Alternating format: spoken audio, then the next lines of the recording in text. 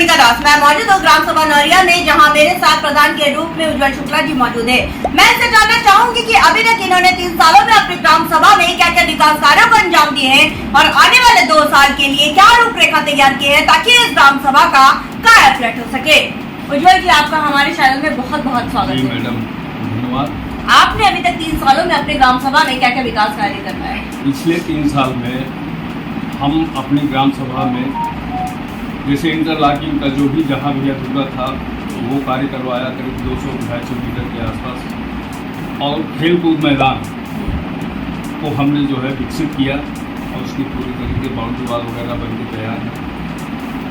और साथ ही मनरेगा के माध्यम से 2 तालाबों की खुदाई हुई है जिससे कि हम जल संरक्षण कर सकें गाँव के लोगों के लिए, जानवरों को पानी पीने के लिए। इस तरीके से और जल जीवन मिशन के अंतर्गत मैंने अपनी ग्राम सभा की ज़मीन उपलब्ध कराई जिस पे कार्य चल रहा है जल जीवन मिशन का, और आने वाले साल 6 महीने के अंदर हर घर जल योजना जो है वो सुचारू रूप से संचालित की। आवास कितने आवंटित हुए हैं? आवास तो हमारे यहाँ इस 3 साल के कार्यकाल में 2-3 से ज़्यादा नहीं आए हैं। उसके पहले तो आए थे काफ़ी आवास आए थे, प्रधानमंत्री आवास। शौचालय और शौचालय की भी स्थिति यही है कि 10 या 12 के आसपास अभी शौचालय, नए शौचालय मिले हैं और बाकी को जो है प्रस्ताव हमने लिख के भेजा, अब उनको कोई कार्रवाई नहीं। स्वच्छ भारत मिशन में आपकी क्या राय है? स्वच्छ भारत तो स्वस्थ भारत, स्वच्छता को लेकर आप अपनी ग्राम सभा में क्या क्या काम करवा रहे हैं? स्वच्छता के लिए हमने जो है अपनी ग्राम सभा में एक जमीन को चिन्हित किया। उस जमीन पर हम पूरा घर बनवाने का इसी महीने में उसका कार्य शुरू हो जाएगा। उसका पैसा भी आ चुका है, उसका पास हो चुका है, और ये कार्य करवाने के बाद जो हमारे यहाँ सफाई कर्मचारी हैं उनको एक इलेक्ट्रिक गाड़ी मुहैया कराई जाएगी जिसके से कूड़ा उठाकर वो गांव के बाहर ले चले और वहाँ पे उसका जो है शोधन वगैरह करके हम वर्मी कंपोस्ट खाद बनाने की कोशिश करेंगे कि जिससे कि किसानों का उससे लाभ मिले।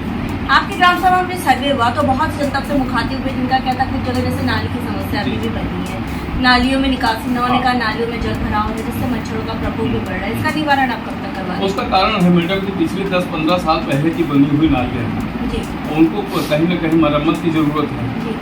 और इस बीच जो है जो जल जीवन मिशन के अंतर्गत कार्यक्रम आया तो इसमें तमाम रास्तों को उखाड़ फेंका गया और तमाम नालियों को उखाड़ा गया पाइप लगाने के लिए, और उसका जो रिपेयरिंग का काम है वो रिपेयरिंग का काम अभी उस विभाग के द्वारा नहीं किया गया है, जिससे मेरी ग्राम सभा में ये समस्याएं आए दिन लोग बताते हैं कि नाली जाम हो गई है, नहीं बह रही है। तो देखते हैं इसकी जो भी हो सकेगा उसको हम लोग कराएंगे। अच्छा, आपके यहाँ पे अगर मैं ड्रीम प्रोजेक्ट आपके बारे में बात करूँ तो ड्रीम प्रोजेक्ट आपका कोई सपना जो आप अपनी ग्राम सभा के लिए करना चाहते हैं जो किसी प्रधान ने नहीं किया हो, आप करना चाहते हैं? अब ड्रीम प्रोजेक्ट में मैडम हम तो चाहते हैं कि हमारी ग्राम सभा में शादी विवाह घर हो, जिससे गरीबों को जो आज गेस्ट हाउस में ज़्यादा पैसा लगता है तो ग्राम सभा में एक नॉमिनल चार्ज करके जिससे कि उसके रख रखाव भी केवल किया जाए और उपलब्ध कराया जाए गाँव सभा में। तो बड़ा प्रोजेक्ट एक हमारा ये है। दूसरा ये है कि वाचनालय होना चाहिए जिसमें तमाम तरीके के साहित्य, तमाम तरीके की किताबें आएँ जिससे कि लोग पढ़ें। जो रिटायर्ड लोग हैं वो सुबह शाम वहाँ पे जाके अपना स्वास्थ्य लाभ भी लें और ज्ञानवर्धक चीज़ें जो है उसको अपना पढ़ें। एक वाचनालय होना चाहिए। और यहाँ पे शमशान घाट की क्या स्थिति है? शमशान घाट नहीं है, कारण इसका यही है कि हमारे यहाँ से सिंगेर घाट जो है 7-8 किलोमीटर पड़ता है, तो शमशान घाट की हम बहुत उपयोगिता नहीं समझते। केवल एक फॉर्मेलिटी होगी, अगर उसको बनवाया जाए तो उसमें कोई माने दाह संस्कार तो नहीं करेगा। अच्छा, बारात घर के लिए आपने लिखित आवेदन किया है? हाँ, लिखित आवेदन हमने किया है। प्रतिनिधि आपके पास इस टाइम मौजूद है? हाँ, मौजूद है। आप मुझे व्हाट्सअप जरूर करिएगा, जिस पर अगर यहाँ से काम ना हो तो हम लोग लखनऊ से जरूर करवाएंगे। अच्छा, मेरी ग्राम सभा में नवटिया में अभी तक एक पंचायत भवन है, ये थोड़ा सा हम लोगों को सरकार के 19 पैरामीटर पर सबसे पहले तो सचिवालय है, सचिवालय, लेकिन उसकी जमीन भी है मेरे पास और हमने कई बार कहा तो अधिकारियों की उदासीनता ये है कि वो कहते हैं कि मनरेगा से आप करवाइए। अब मनरेगा की स्थिति ये है कि पिछले 3 साल से मैं काम करवा के बैठा हूँ, उसका पेमेंट ही नहीं आया पक्का काम का। तो अब क्या बताएं कि 60-40 के चक्कर में मनरेगा की सारी योजनाएं अधूरी पड़ी हैं गांव सभा में। अच्छा, डर के मारे अब कोई भी प्रधान मनरेगा से कोई भी पक्का काम नहीं करवाना चाहता। उसका केवल यही कारण है कि पेमेंट फंस जाता है, कौन अपना पैसा भरता है। नहीं, सही बात है। इसके लिए आपकी जो सचिवालय वाला निर्माण, ये सरकार तक आपकी बात जरूर पहुंच रही है और काम किया और बाकी जाएगा। हमारी ग्राम सभा में एक प्राथमिक स्वास्थ्य केंद्र जी। है, उसमें चक्रवात के कारण बहुत पहले चक्रवात आया था 5-7 साल जी पहले, जी जी तो उसमें बाउंड्री टूट गई थी, दीवारें उड़ गई थी। जी। आज तक उसमें हम कई बार सीएमओ को लिख के दिया जी। रिमाइंडर, लेकिन आज तक न तो उसकी बाउंड्री बनी जी। और न कोई रख रखाव रखा गया, जिसके वजह से कोई भी डॉक्टर या फार्मासिस्ट यहाँ रुकने को तैयार नहीं। आपको बता दूं, मैं स्वास्थ्य उप केंद्र के बारे में आप बात कर रहे हैं तो मैं आपको बता दूं, हमारे उप मुख्यमंत्री ब्रिजेश पाठक जी स्वास्थ्य मंत्री जी, हैं, जी। स्वास्थ्य के प्रति काफी जागरूक हैं। तो आप जो भी समस्या है इसके लिखित आवेदन करिएगा, प्रतिलिपि हमें भेजिएगा, जरूर उन तक अभी आपकी बात पहुंचेगी और लिखित भी पहुंच ठीक, जाएगी। ठीक, ठीक है, ठीक। क्योंकि स्वास्थ्य एक बहुत अभिन्न अंग है जो सरकार चाहती है कि ग्राम सभा नहीं, में हम भी स्वास्थ्य चाहते दुरुस्त किया जाए। हैं। यही कारण था कि गांव के लोगों के स्वास्थ्य सबसे पहला हमारा जो घोषणा पत्र में मेरे जी, था जी। पहले चुनाव में कि मेरी ग्राम सभा में एक प्राथमिक स्वास्थ्य केंद्र हो, और उस स्वास्थ्य केंद्र को जब बगल के गांव में लोगों ने जमीन नहीं दिया तो मैं अपनी ग्राम सभा में जमीन देके उस प्राथमिक स्वास्थ्य केंद्र को ले आया। अब इससे ज्यादा डिवोशन और क्या हो सकता है? जनता बहुत से अच्छी करके बात है, बहुत अच्छा कि मैंने लगा। अपनी ग्राम सभा की जमीन देके और वो अस्पताल बनवाया। अच्छा, आपके यहाँ पे कोटेला व लेखपाल की अगर मैं बात करूँ तो वो कैसा है? ठीक है, कोटेदार तो अपना काम करता है, जो भी एक डिजिटल मशीनों जो वगैरह है उससे वितरण का कार्यक्रम क्या समय नाम है से होता कोटेदार है। का? सुरेश कुमार सरोज, लेखपाल। और लेखपाल है शंकर तिवारी जी। आप संतुष्ट हैं? जनता संतुष्ट है? हाँ, संतुष्ट है।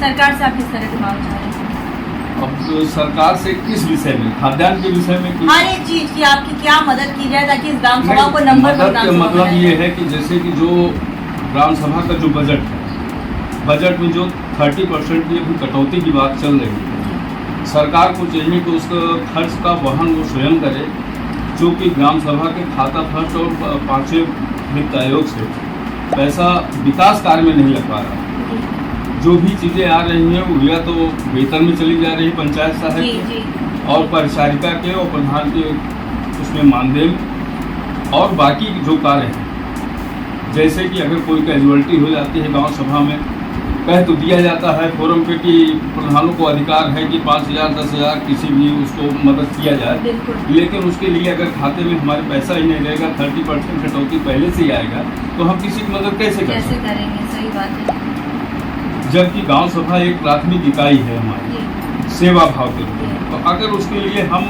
बजट नहीं बढ़ा के भेजेंगे और तो हम जनता की सेवा कैसे कर पाएंगे? निश्चित रूप से खाली हाथ आदमी कब तक सेवा? आप चाहते हैं कि सरकार जो 30% कटौती करे वो न करे, वो वापस ले, उस निर्णय को वो वापस ले, वापस ले। और वापस लेके जो है पूरा बजट अगर भेजेंगे तो निश्चित रूप से गांव आप जिस तरीके से विकसित हो रहा है, आने वाले कल में और विकास अच्छा जो है उसका स्वरूप दिखाई देगा गाँव से। हमारे साथ प्रधान जी मौजूद है, जिनका साफ तौर पे कहना है कि इन्होंने अथक प्रयास किए ताकि इस ग्राम सभा को नंबर 1 ग्राम सभा बनाया जाए। जैसा कि इन्होंने साफ तौर पे कहा, इनका ड्रीम और इनका सपना है इस ग्राम सभा में सामुदायिक स्वास्थ्य केंद्र को खोलना। साथ ही साथ ये चाहते हैं कि यहाँ पे एक लाइब्रेरी हो और बारात घर, जो गरीब तबके के लोग हैं उन्हें शादी ब्याह में समस्याएं हो रही है, तो ये चाहते हैं बारात घर हो जिससे गरीब लोगों को शादी ब्याह में समस्याओं को दूर किया जा सके। जब हम ग्राम सभा में सर्वे किए, बहुत जनताओं से मुखातिब हुए थे, जिनका कहना था कुछ जगह नाली की समस्या है, जिस पर हमने आपसे वादा किया था गाँव की कहानी प्रधान की जुबानी आप तक ले आएंगे, प्रधान की समस्याओं से आपको रूबरू कराएंगे ताकि आप इनको वक्त दें। इनके पास अभी भी लगभग 2 साल का वक्त है, जैसे जैसे बजट आएगा अपने ग्राम के विकास के लिए वैसे वैसे काम कराएंगे। और हमें उम्मीद भी है प्रधान जी, आप ग्रामवासी की समस्याओं को इसी तरह के वो सुनेंगे, उसका निवारण भी करते जी जी रहेंगे। बिल्कुल।